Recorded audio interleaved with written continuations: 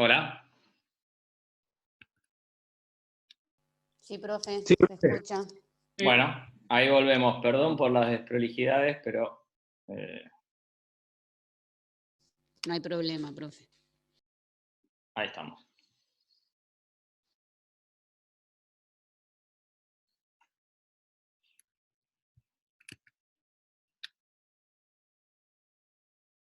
Bueno, hasta acá me siguieron en lo que es Mercosur, ¿sí, Maxi?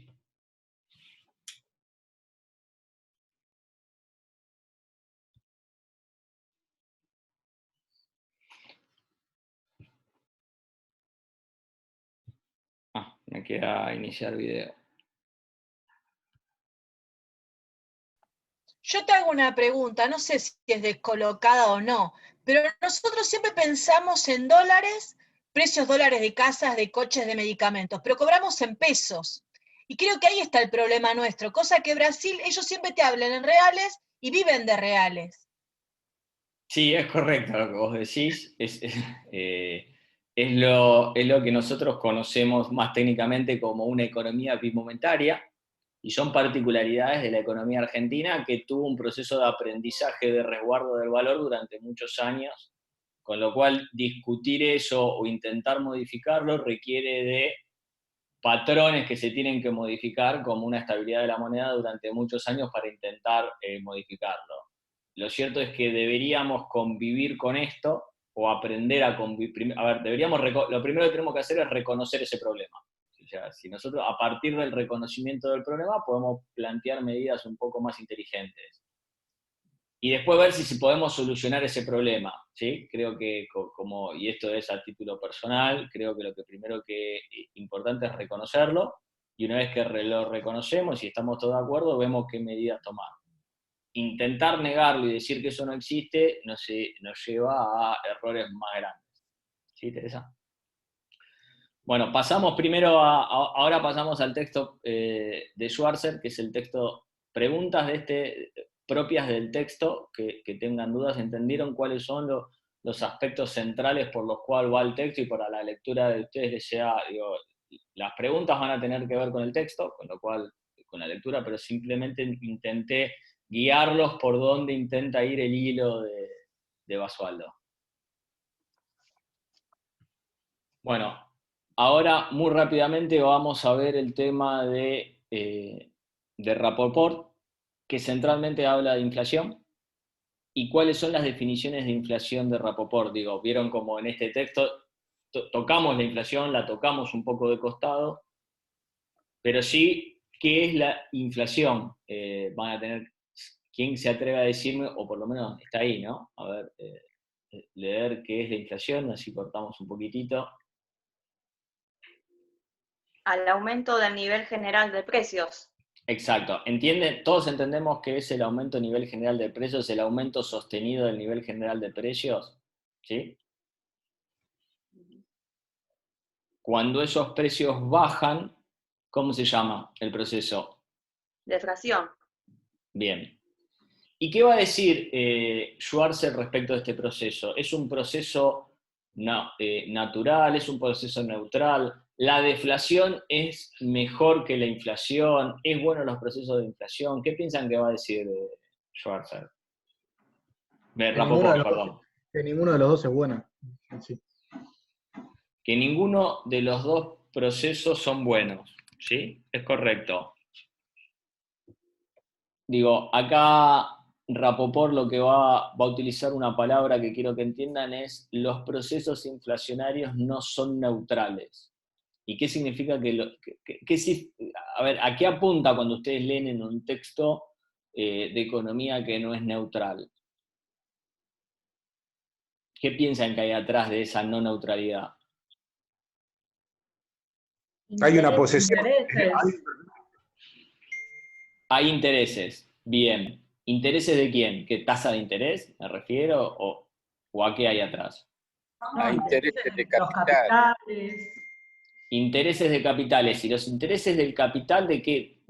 A ver, alguien que haya por abajo, alguien me dijo intereses de capital. ¿Qué son los intereses de capital? Son las conveniencias que las empresas tienen o los capitales tienen sobre llevar o traer de una nación a otra inversión sobre la tasa de intereses que tienen. Bien, pero ¿es solo de una nación a otro o puede haber al interior de la nación pujas de poder en donde hay ganadores y perdedores en los procesos inflacionarios? Sí. Puede ser interno, presiones del mercado son. Digo, La presión sí, que ejerce el mercado. pero el mercado, ¿quién es el mercado? Interno, Porque económicos las grandes internos. empresas, las Por ahí, corporaciones. Yo más que las grandes empresas me refería al Son campo. sectores Esperen, económicos esperen, internos. a ver, Sandra, decime vos. Sí, que son sectores económicos internos los que hacen esa puja, los grupos Bien. de poder internos ¿Y económicos. quiénes son esa puja como El agro. Uno de ellos es el agro. Uno de ellos es el agro. El agro es el único integrante de la clase política que está jugando o teniendo intereses de manera real, ¿no? De su manera en si necesita un proceso inflacionario o no. Y yo ahí ojo, porque cuando hablamos del agro, si bien tiene consecuencias, lo que estamos hablando en uno de sus indicadores de las causales del agro. En realidad el agro no está pujando por una inflación. ¿Por qué está empujando el agro? Por las exportaciones. Depende del precio de la exportación. Depende del precio de la exportación. Y para ser un poco más técnico en este curso, lo que está pujando es que está empujando el dólar. Y lo que perfecto. Y lo que está pujando es la relación del precio del dólar con la moneda local. Alguien dijo especular. Lo que está haciendo está intentando maximizar su ganancia. Entonces, porque la especulación parece que tiene una connotación, digamos, mala. Entonces, lo que está haciendo, sí, está especulando, pero desde su racionalidad. Claro. Está pujando por una devaluación. Sí, exacto. ¿Sí? Entonces, ahora vimos, y ahora guardémosla ahí, yo me adelanto un poquitito para explicar esto. ¿Por cuáles son los motivos que pueden generar la inflación? Miren, acá tenemos los 4 motivos que se pueden generar. Voy un poquito para atrás ahora. No se está viendo la pantalla. ¿No estoy viendo la pantalla? No. Espérenme un segundo.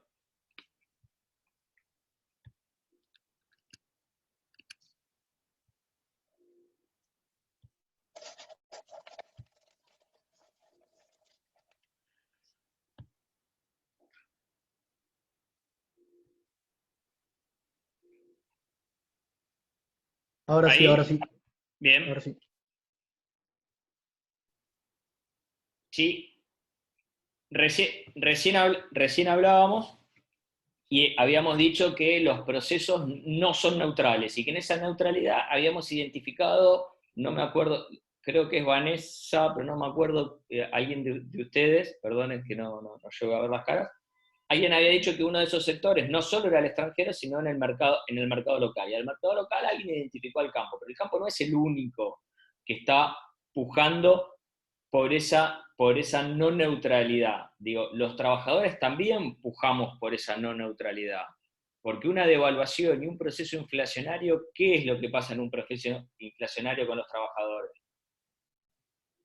Se devalúa el salario. Baja el sueldo. Se devalúa el menor adquisitivo. Se devalúa el salario. Entonces salario. los trabajadores también pujamos porque esos procesos inflacionarios no sean tal. Por eso tiene que estar intervenido por el Estado, por esos intereses extranjeros, ¿no? No, la Porque verdad vos es decís el agro presiona el 45. a ver, la verdad es que yo no ¿Viste como planteé, decías en la segunda parte? sí, que el Estado es el regulador, no implica que el Estado tenga que intervenir por esto. El mercado en sí, lo que yo quiero que vean acá, antes de meternos, porque si no daría para una clase un poco más larga, lo que quiero es que vean que la inflación, lo que quiero que les quede en claro es que la inflación no es un proceso neutral en donde atrás hay intereses y poderes que pujan cada uno. Todavía no me quiero parar en que si un poder puja más que el otro, si alguno está mejor que el otro, porque eso daría para una clase un poco más larga, pero sí que cada vez que ustedes vean inflación, sepan que atrás hay poderes, que no lo puedan distinguir cuál es cuál, que digo, esto es un curso de de 2 horas, pero sí que ustedes tengan atrás y que se pregunten, bueno, ¿quién está atrás de esta puja inflacionaria? Y en esta puja inflacionaria es lo que ustedes creo que no son neutrales. Y que Perdón, dijiste que te queda poco tiempo. La profesora nos pautó hace 2 semanas con una carga horaria de hora y media los días viernes. Este viernes que pasó eventualmente no tuvimos, pero si vos decís que no llegás con los temas, podrías tomar la misma iniciativa que la profesora, por no, ejemplo. no. Perdón que No. moleste al grupo. Sí, la verdad es que lo que yo estoy planteando no es que no llegue por 2 horas, digo que es un curso, introductorio a la economía, no es un curso de una carrera de economista. Vos pensás que esta es una discusión profunda que requiere de discusiones que no están saldadas. No podemos discutir con tesis doctorales y vamos a seguir discutiendo de lo mismo. Entonces, esas discusiones que no están saldadas no pretendo Profe, que las ya agoten en este curso. ya que sale a la charla, ¿en qué parte es aplicable esta materia en lo que es la carrera de abogacía? Qué buena pregunta. Déjame que termine y yo por lo general es la primera pregunta que hago en los cursos presenciales. ¿Sí? Ahora, cuando terminamos ¿Quién habla? Perdón. Germán, no sé si Germán. Sí. me conecté con... aparece mi nombre. Sí, pero no sabía quién había hablado. Germán. Acá le muestro la cara. No, está perfecto. No, porque no los tengo a todos a la vista, como son muchos, no los tengo a todos. Mirá, Germán, esa es la primera pregunta que hago en mis cursos en los cursos normales y presenciales. Déjame que termine el proceso de inflación y la primera pregunta que voy a contestar va a ser esa. ¿Sí? Dale, de acuerdo. Bueno, entonces estamos retomando propiamente el texto. Estos cursos, estos procesos que no son neutrales es lo que ustedes quiero que entiendan, y los procesos inflacionarios, y Rapoport va a decir que los procesos deflacionarios son aún más perjudiciales que los procesos inflacionarios, ¿sí? Porque va a generar una transferencia de recursos a los acreedores, y sobre todo que va a generar falta de empleo.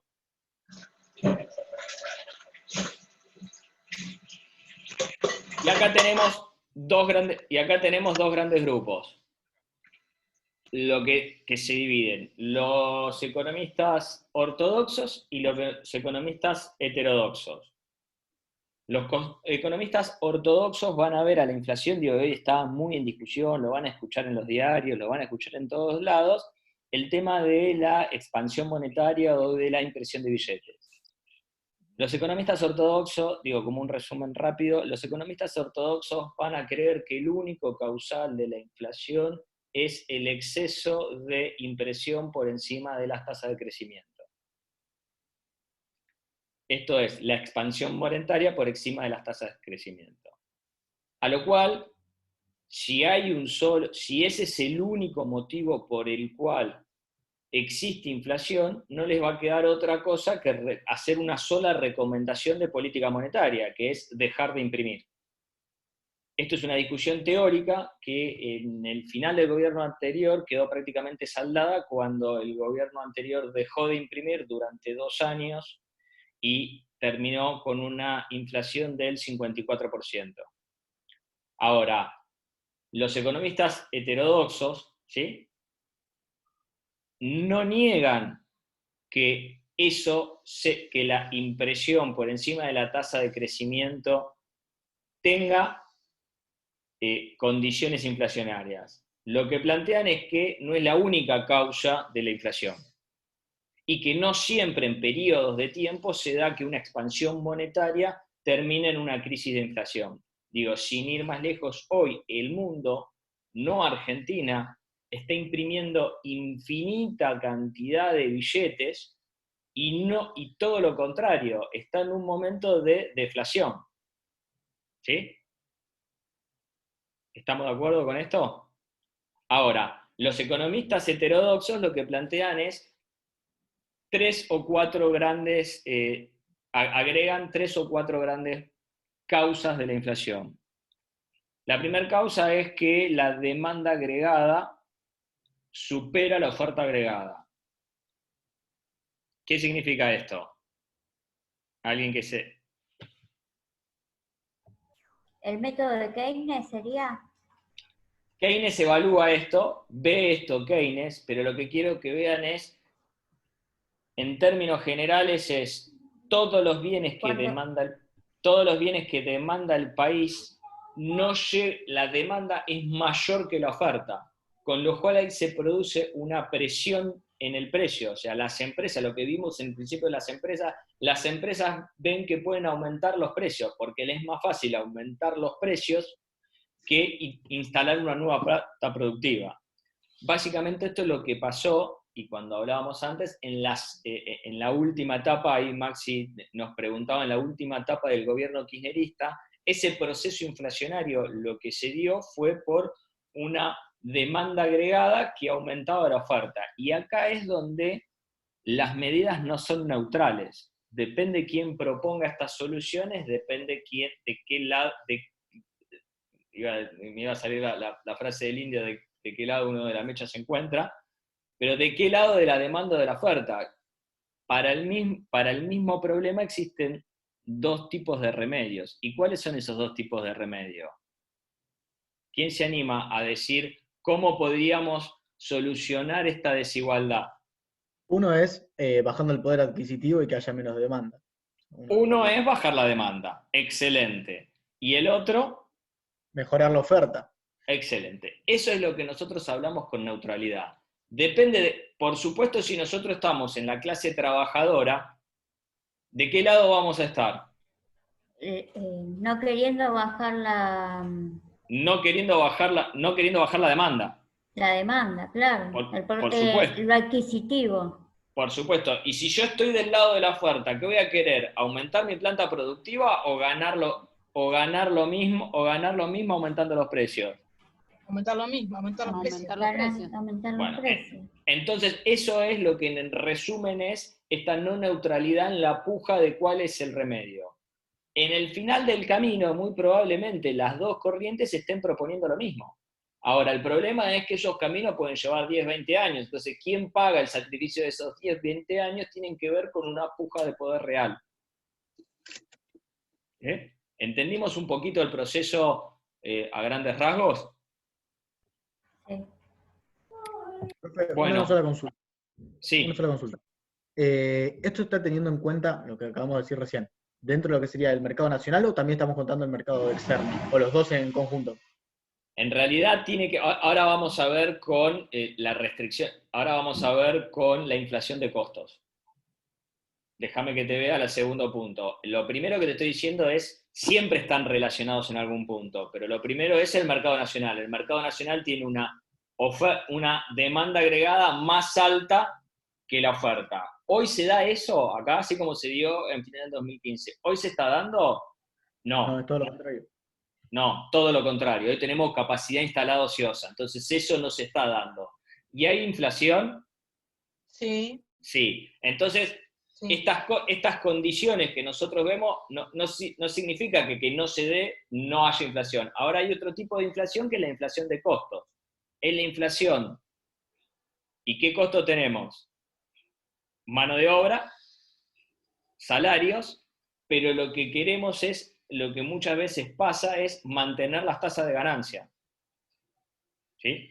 Entonces, y esto es algo que incorpora Rapoport, la inflación de costos es cuando siempre hablamos de, no está pasando hoy en día, porque nuestros costos de mano de obra y salario medidos en dólares, más en el piso no pueden estar, están por el cuarto subsuelo, pero cuando tenemos periodos de crecimiento se empieza la discusión de que tenemos salarios altos. Esas restricciones de demanda que se dan en los procesos de crecimiento terminan diciendo, algún memorioso acá más grande que la media, me va a dar fe de que todos los procesos, los salarios en dólares argentinos son muy caros. Bueno, son muy caros, pero nunca plantean bajar ganancias, ¿sí? Y después tenemos, ahí Maxi tenemos, lo que también tenemos es, en relación con el comercio exterior, es la devaluación, que hace una inflación de las materias primas. O sea, cuando vos devaluás, lo que estás haciendo es estás encareciendo de manera directa, y creo que es una de las principales causas de inflación, es la expectativa de devaluación. Ahí es donde se une con el mercado externo. Hoy por hoy tenemos un problema inflacionario de demanda agregada supera la oferta agregada? No. ¿Tenemos un problema de salarios medidos en dólares subjetivamente altos? No, ellos ni los empresarios pueden discutir hoy, si lo siento Pablo Roca acá, que creo que es su caballito de batalla desde que lo escucho hablar, hoy dice que tiene salarios altos. Ahora, ¿tenemos una inflación de costos motivada por la devaluación y las expectativas de devaluación? Sí, correcto. ¿Por qué? Porque los empresarios hoy, lo que está pasando en Argentina, es que tienen una devaluación de un tipo de cambio oficial con una expectativa que nos pasó en estas últimas 3 semanas, que muchos escucharon, bueno, pero importan a 80, pero quieren poner los precios a 180. Bueno, eso se da por expectativas. Entonces esas expectativas hay que trabajarlas. No es que decir, uy, son malos, ponen los inflacionarios por expectativas. ¿Sí? Y acá hablamos de lo último que habla, y lo menciona también a Olivera y a Aldo Ferrer, fallecido hace unos años, es qué es lo que habla de esta inflación estructural en la Argentina y de esta restricción externa. Hasta acá entendimos más o menos cómo son los 4 factores por los cuales menciona en Rapoport la inflación.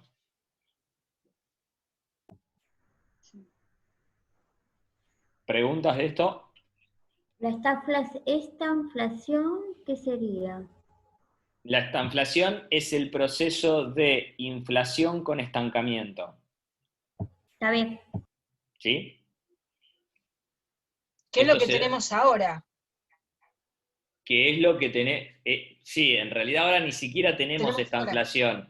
Ahora tendríamos que encontrar una nueva palabra porque es caída con inflación. La verdad es que esto supera. Si en los próximos textos no sé qué palabra le pondrán, pero básicamente el periodo de estanflación se dio en los 80, en donde los países latinoamericanos, por tener que pagar esa deuda externa, se vieron en procesos de estancamiento sin inflación. ¿Sí? Uh-huh. Bueno, tenemos ahí, si quieren alguna pregunta puntual de los textos lo hacemos, y después paso a una de las preguntas que es ¿por qué economía política en la carrera de Derecho?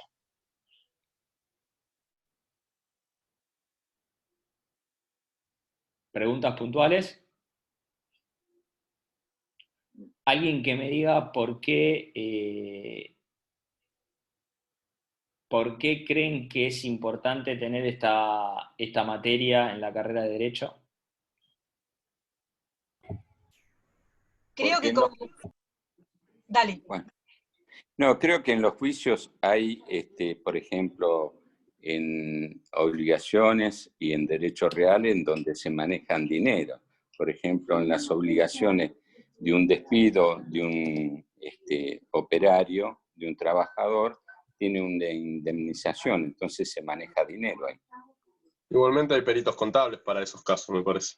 Yo creo que más, ignorando el tema de que estamos en abogacía, considero que cualquier persona debería de conocer un mínimo de economía y de cultura general, porque forma parte de lo que es lo que intercede en tu vida y en gran medida lo que intercede tu economía y tu poder adquisitivo. Así que no entender qué son las cosas que te están controlando, por así decirlo, o que te interceden, por decirlo más sutil, es estar un poco a la deriva.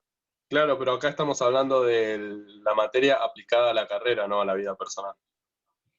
Bueno, yo ahí, Germán, voy a darme un poco mi opinión. Primero, hay que meternos en qué tipo de derecho están ustedes viendo y cuál es el destino por los cuales... Y yo te hago otra pregunta. ¿Por qué pensás que la educación pública invierte en la formación de estudiantes, en la formación de futuros abogados? ¿Es el conocimiento, y a esto acompaña otra pregunta, ¿es el conocimiento una propiedad privada de la cual la sociedad no puede beneficiarse en su conjunto? No. Entonces, digo, ¿y a qué apuntamos? O sea, la verdad que uno apunta que ustedes, ¿cuál va a ser su salida laboral? O sea, muy probablemente ustedes ejerzan la carrera de Derecho de manera privada, muy probablemente ustedes ejerzan, ojalá tengan cargos de jueces, tengan cargos en el Poder Judicial, y lo cierto es que la formación de ustedes depende mucho desde su